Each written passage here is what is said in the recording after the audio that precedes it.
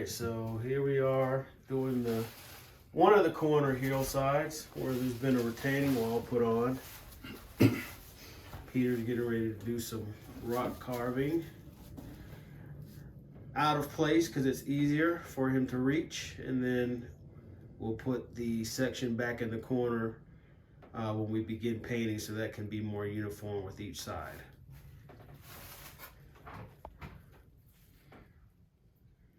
It's a mess for now. No, it's not a mess. You don't see any mess. Let's try it on something that doesn't matter. Alright, so Peter has sculpted the foam, shaped the foam, put the plaster cloth on, and slathered the plaster on and carved it into this. So next step is to get the washes on, go through our ugly stage, and then move on to the next step.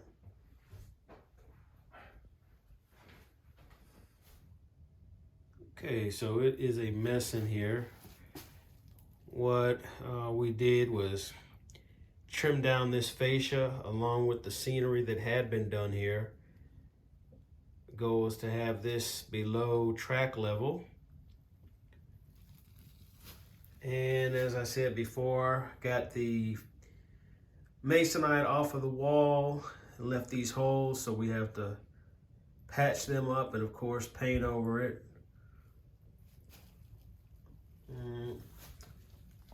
Then I cleaned this out, took the old bridge out, cleaned out all of the talus that it wasn't secured anyway, so I just cleaned that out to get that ready for the redo. And right here, I got that tunnel hillside chopped down, probably a little bit more off of the side closest to me. Looks like there's a little bit more of a hump there than we want. And take you into the other room. Not much going on, but the switching area, and show you what we've done in there. And the only thing that I've done in here is I shaved this down, as I said, to create a better looking drainage area where it's going further downhill, and get that patched up and going. And I forgot to mention, one of the goals also is to get, that's LB barking, is to get the fascia painted on both sides. That will make a tremendous difference.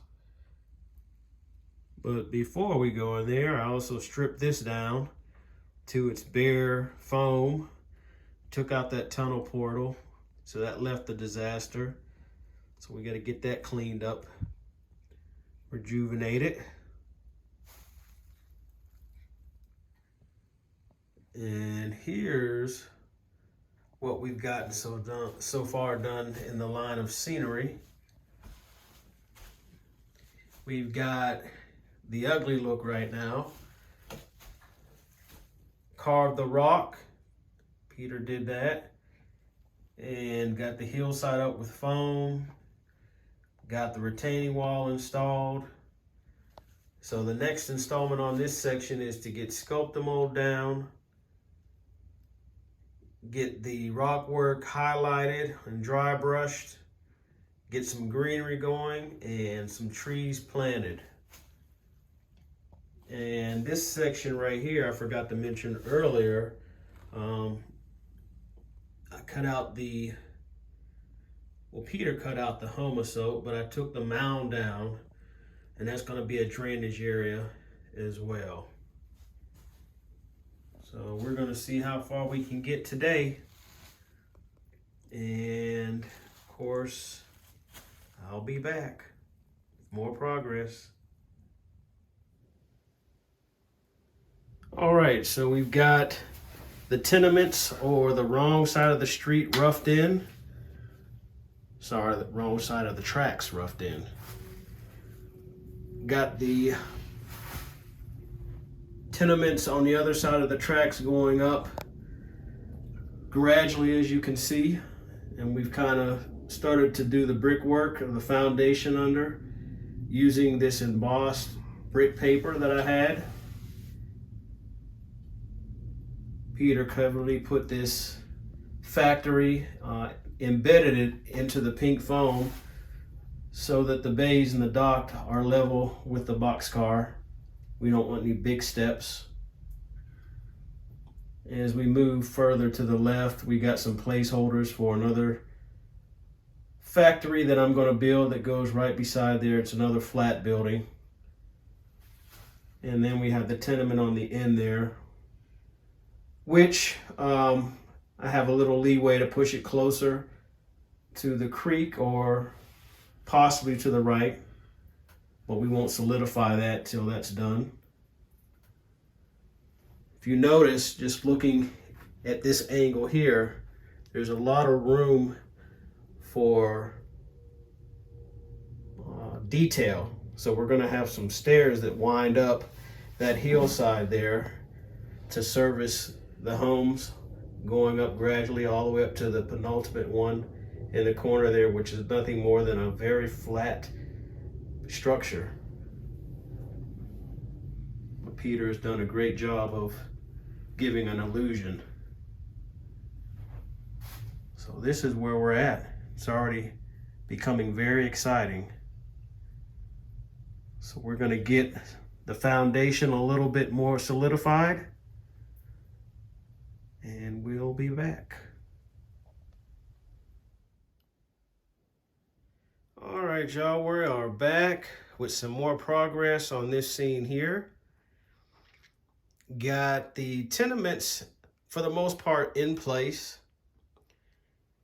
These structures you see on the end, the blue one and this little warehouse here, I'm not sure if they're going to stay there, but we've got them planted there for now. And so what have we done? So we first put the buildings out, laid them out in order. And then I knew that I didn't want the ground to be level. I wanted some undulations and hills. I like those, especially on a flat layout like mine, that where I have no grades on it. So we have to do something with the scenery. And because this room is quite small for O scale, we can't go out, so we got to go up. So we created the hillside over there in the corner, and we created this dock area in the warehouse building. Where you see the boxcar, there's some placeholders for a kit I've yet to build that's going to go in that place. So right here with this tenement on the left side, we're going to kind of play with that. It may need to be moved further to the left, which is closer to the creek, but we'll see once I build the structure. And then we had to make way for the road here and the grade crossing and build the foundation here. So there's a bit more shaping that needs to get done, but we're pretty much there. And then we can start adding scope to mold, and there's going to be a few rock carvings to start to bring this thing to life. But so far, I like how things are going, and this project is moving very well. And I'm very thankful to have Peter here for a few days to help me as I move closer to having an almost complete layout, scenic. So we will be back with more progress. All right, you're looking at the beginning of the rock work, and the foam is in place. We just need to go ahead and get that covered up with plaster cloth and Sculptamold. Had to make a run today to the hobby shop to get that. That's why things are not on schedule. And all of the tenement buildings have been moved out of the area and on other parts of the layout where I have space so that we can have room and be able to work the landforms. While I was running out, taking care of getting these materials and some other family obligations, Peter went ahead and carved some rock here. So that's all ready for dry brushing.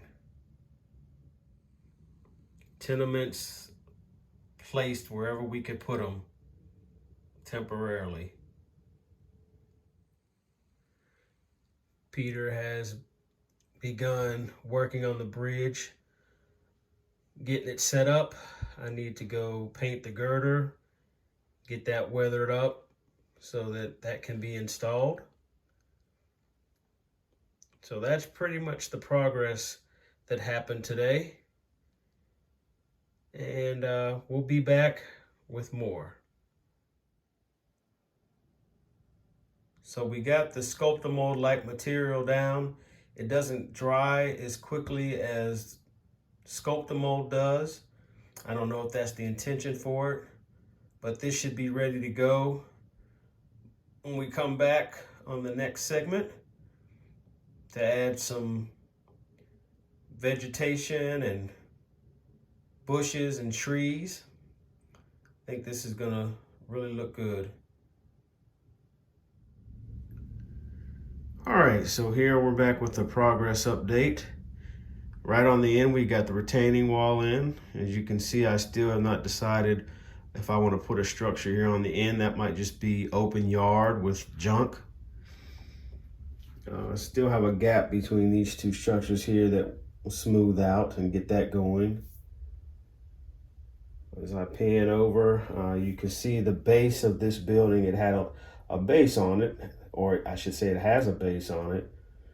Need to go ahead and trim that back. We had to, so especially on this end here. So we'll cover that up, but the lip was sticking too far out, closer to the tracks than we wanted it, so we trimmed it back. Got the Sculptamold down. Going up the hill on the right side here, right in front of that red tenement on the right. Also got the road on the other side of the tracks.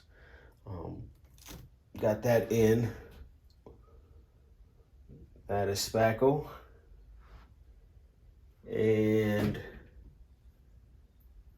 got the dot going. Got it painted. Also put some concrete between that section of the tracks where the trucks will be able to get their loads over there. So this scene is coming along. Still a lot more detail, a lot more ground cover to put down, but it's a great start to this section.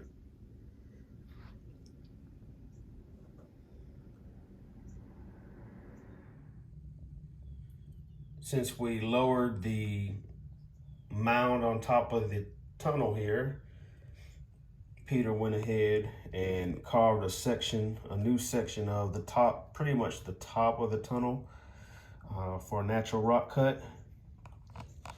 A little bit down here on the right as well. Looks really good. And of course, we got some Sculptamold up here on the much lower mound. So it just needs some vegetation and growth. This all will be fall scenery, of course, because that's what this room is. I'm going for late fall over here. So that's coming along. All right, so here we're back with the reconstruction of the girder bridge. Peter said that the scene could be better if we fix the bridge. It wasn't quite sitting on the shoes correctly, and we extended the actual girder. And then I went ahead and weathered it up, repainted it. Nothing but washes and chalks. And there you have it. So I think he was absolutely correct. I'm really happy with how that turned out.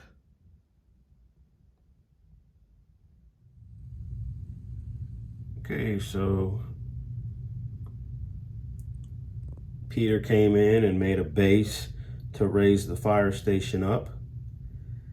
And that helps with evening it out with the sidewalk.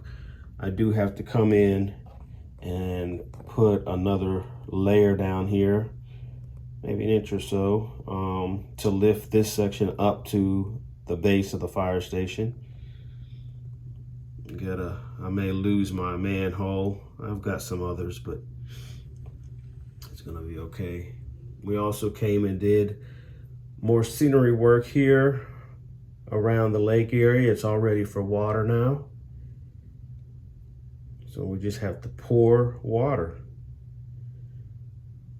He went ahead and added some ground foam in here. Maybe later I'll come back and do a little static grass here and there, but it's looking good. And we started to install some of the fencing. This is kind of in an area where I won't have to reach across so often. So that's the only section that we put in for now. Peter showed me how to put it in. So I know how to install the rest of it. But that's all we have done with that so far. Okay, so in closing, this is the last area that Peter helped me with. He installed the LED lighting here, as well as roughed in the area by this culvert and put in Sculptamold. And I've absolutely done nothing to it since his visit, but we'll get to that. Just a lot of projects on the layout. So I want to first of all thank Peter for coming and helping me out. I was just on a busy schedule for that particular week, getting ready for the open house, the Piedmont Pilgrimage, and I desperately needed some help to get the layout to the point I wanted to have to show the visitors some progress, and I couldn't have done it without his help. But we'll be back for part 2 of this video series where I did the finishing touches right before the open house, and I have just a little bit of footage from the actual event itself. So again, I thank you for watching the video, and I hope you'll come back for part 2. Also hope that you would consider liking and subscribing to my channel, as I will have more videos of this sort, layout updates, and other train related shenanigans. So for now, later y'all.